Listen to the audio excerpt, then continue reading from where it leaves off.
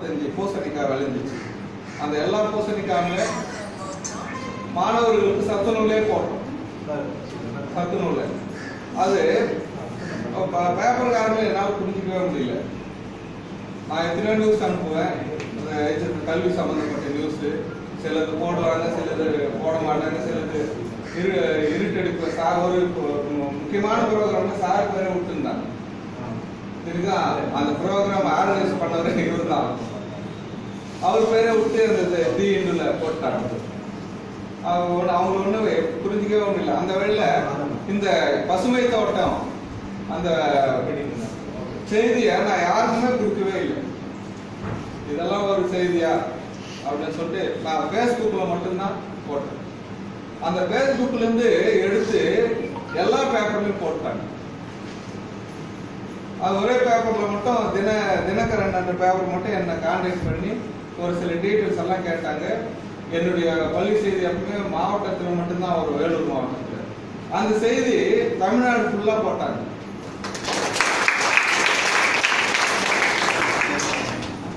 இப்போ இங்க பேசிட்டு இந்த நிகழ்ச்சி ஃபேஸ்புக் மூலமா லைவா ஓடிட்டு இருக்கு. உலகம் பூரா நிறைய ஊர்தா உலகம் பூரா போயிட்டு இருக்கு. ரெக்கார்ட் ஆகிட்டு இருக்கு. அதனால எங்களுக்கு என்னன்னா, இன்னைக்கு சமுதாயம் வந்து இணையத்தில் அடிமையாகி இருக்கு. எல்லாரும் பார்த்தீங்கன்னா ஃபேஸ்புக், இன்டர்நெட், ஸ்மார்ட் போன் எல்லாம் பசங்க உட்பட அது போன் இல்லாத ஒரு வாழ்க்கையே இல்லைன்ற மாதிரி ஆயிப்போச்சு. அந்த மாணவர்களுக்கு இயற்கையின் மீது ஒரு ஆர்வத்தை ஏற்படுத்த வேண்டும். ஏன்னா இணையம் நமக்கு சோறு போடாது, இயற்கை தான் நமக்கு சோறு போடும்.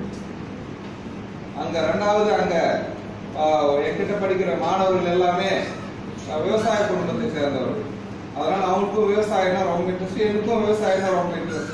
ஏன்னா நானும் ஒரு அடிப்படையில் ஒரு விவசாய குடும்பத்திலிருந்து வந்தவன் தான். நான் ஆசிரியர் வேலை கிடைக்கலன்னா ஒண்ணு விளையாட்டு வீரர் நான் இருப்பேன், இல்லைன்னா விவசாயத்துக்கு தான் நான் போயிருப்பேன். இது ஆக்சிடென்டா தான் நான் ஆசிரியர் வேலைக்கு வந்தது. இப்போ கூட எனக்கு ரொம்ப பிடிச்சது வந்து விளையாட்டு, விவசாயம் தான் எனக்கு ரொம்ப பிடிக்கும். அடுத்ததுதான் ஆசிரியர் பணி. அந்த மாதிரி அந்த மாணவர்களுக்கு இன்னைக்கு நம்ம இந்த காலகட்டத்தில் ரொம்ப அவசியம் இயற்கையின் மீது ஆர்வத்தை ஏற்படுத்த வேண்டும்.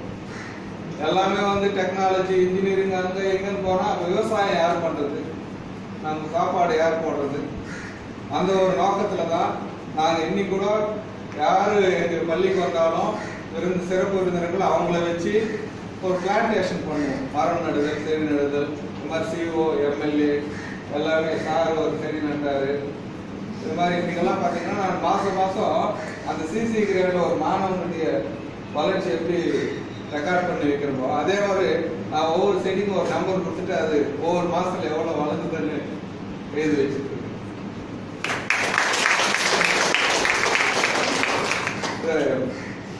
இந்த மாதிரி எங்களுக்கு இவ்வளோ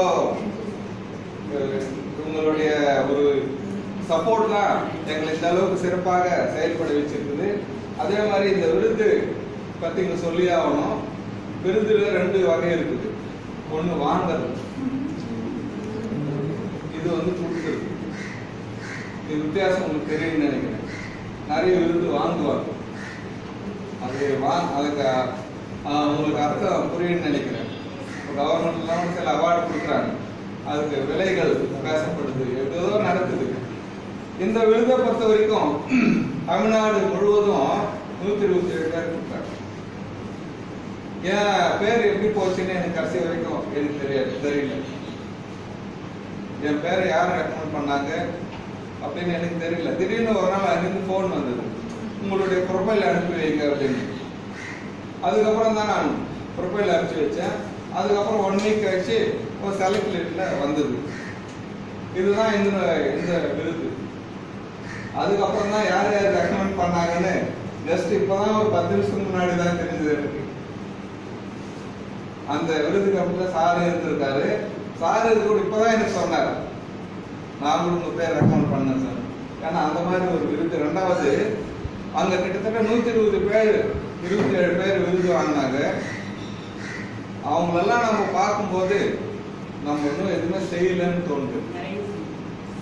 இன்னும் நாம செய்யறது ஒண்ணுமே இல்லை, இன்னும் நிறைய செய்யணும், இன்னும் நாம சாதிக்க வேண்டியது நிறைய இருக்குது அப்படின்றது அந்த மாதிரி இடங்களுக்கு போகும்போது தான் உண்மையிலே எனக்கு தெரியுது.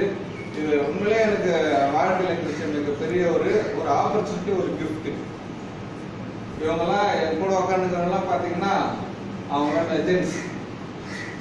நான் இங்க என்ன நினைக்கிறேன்னா, நெல்லுக்கு வாயு நீர் வாய்க்கால் வழி வழி புல்லுக்கும் ஆகிய குசிமா அப்படின்னு சொல்லுவாங்க.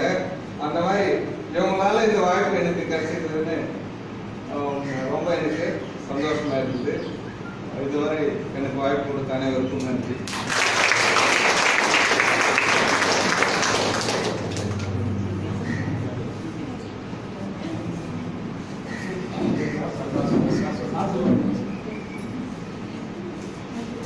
சார் வந்து அவருடைய வெற்றியாளர்களுடைய உண்மை நிகழ்வுகள் பொதுவாக ஒரு மாடியூல் எழுதும் போது ஒரு 2-3 பக்கம் எழுத முடியாத காலியாக இருக்கும். நாங்கள்லாம் மாடியூல் போகும்போது 2 பக்கத்தை எல்லாம் எழுதி கொடுக்கலாம்வாங்க. அப்போ வெற்றியாளர் கதைகள் அப்படின்னு எழுதி சொல்லுவாங்க. அது அந்தந்த மாவட்டத்தை சார்ந்த வெற்றியாளர் கதைகளை நான் எடுத்து எழுதுறது. நம்ம ஊர் மாவட்டத்தில் இருக்கிற பள்ளிகள் பேர், அங்கே இருக்கிற மாணவர் பேர், அங்கே இருக்கிற தலைமை ஆசிரியர் பேர், இதெல்லாம் வந்து உள்ள நாங்கள் சேர்த்து எழுதுவோம் அந்த 2 பக்கத்துக்காக. அதுக்கப்புறம் சாப்பிட்றவங்க 2 பக்கத்தை முன்னாடி போடுவாங்க, பின்னாடி போடுவாங்க, கட் பண்ணி போடுவாங்க.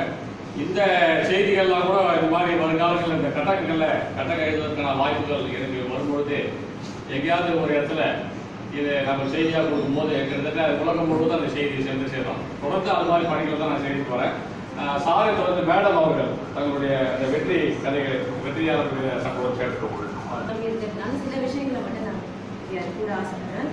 என்னுடைய அப்பா வந்து ஆசிரியர் தான், அம்மா வந்து இங்கே கங்காதர ஸ்கூல்ல டீச்சராக இருக்கு ஓய்வு பெற்றவங்க. ஆசிரியர் குடும்பத்தில் இருந்ததுனால அந்த ஒரு ஆசிரியர் அப்படின்னும் போது எப்படி இருக்கணும், கரெக்டான நேரத்துக்கு போவாங்க, எப்படி பாடம் நடத்துவாங்க, கூடவே இருந்து பழகிறதுனால அந்த அப்பா மாதிரி இருக்கணும். அவரும் ஒரு எச்சம் தான். அவரை மாதிரியே அந்த எல்லா வேலைகளும் செய்யணும் அப்படின்றது வந்து அவர்கிட்ட நான் கற்றுட்டு காவேரி பக்கத்துக்கு போனேன். அங்கே வந்து காவேரி பக்கத்தில் என்னுடைய மாமனாரும் ஒரு ஆசிரியர் தான், நல்ல ஆசிரியர்கள் வாங்கினாங்க. மாமியாருமே ஒரு ஆசிரியர் தான். அந்த குடும்பத்துக்கு போகும்போதும் என்னுடைய கணவரும் ஆசிரியர் தான். அந்த முதல்ல ஒரு பள்ளிக்கு என்ன அப்பாயின்மெண்ட் பண்ணும்போது அந்த பள்ளி வந்து பஸ் வசதிலாம் கிடையாது. தச்சன் பண்ற ஒரு கிராமம் 15 வீட்டில இருந்து ஒரு 25 கிலோமீட்டர் தொலைவில் இருக்கு. தினமுமே இவர் என்னை கூப்பிட்டு போயிட்டு அந்த 8:30 மணிக்கெல்லாம் பள்ளியில விட்டுருவாரு. அப்புறம் இவர் ஸ்கூல் போகணும் அப்படின்றதுனால பைக்கில் போவோம். ஈவினிங்கும் நான் ஒரு 3 கிலோமீட்டர் நடந்து வந்ததுக்கு அப்புறம் கூப்பிட்டு வந்து வீட்டில் விடுவாங்க. இப்படிதான் என்னுடைய பணி ஆரம்பிச்சது. கஷ்டப்பட்டு தான் நாங்கள் வந்து மேலே வந்திருக்கோம். ரொம்ப ரொம்ப ஒரு போன கல் முள்ளு அந்த மாதிரி ஒரு பாதை வந்து கடுமையான பாதை இருந்தாலும் பாதை சரியா இல்லைனாலும் நம்முடைய வெற்றி அப்படின்ற ஒரு லட்சியம் இருக்கும்போது கண்டிப்பா அது இனிமையான வாழ்க்கையை தான் இருக்கும் அப்படின்றதுக்கு வந்து நானே ஒரு உதாரணம் தான். அடுத்தது நான் வந்து டிரான்ஸ்ஃபர்ல வந்து காவேரி பக்கமே வந்து ஒரு பெரிய ஸ்கூல்ல எனக்கு ஆசிரியர் பணி கிடைச்சது மாறுதல்ல. அங்க வந்து அந்த தலைமை ஆசிரியர் அங்க கூட உடன் பணியாற்றக்கூடிய ஆசிரியர்கள்லாம் வந்து ரொம்ப ஒரு திறமைக்கு வந்து ஒரு மதிப்பு தருவாங்க.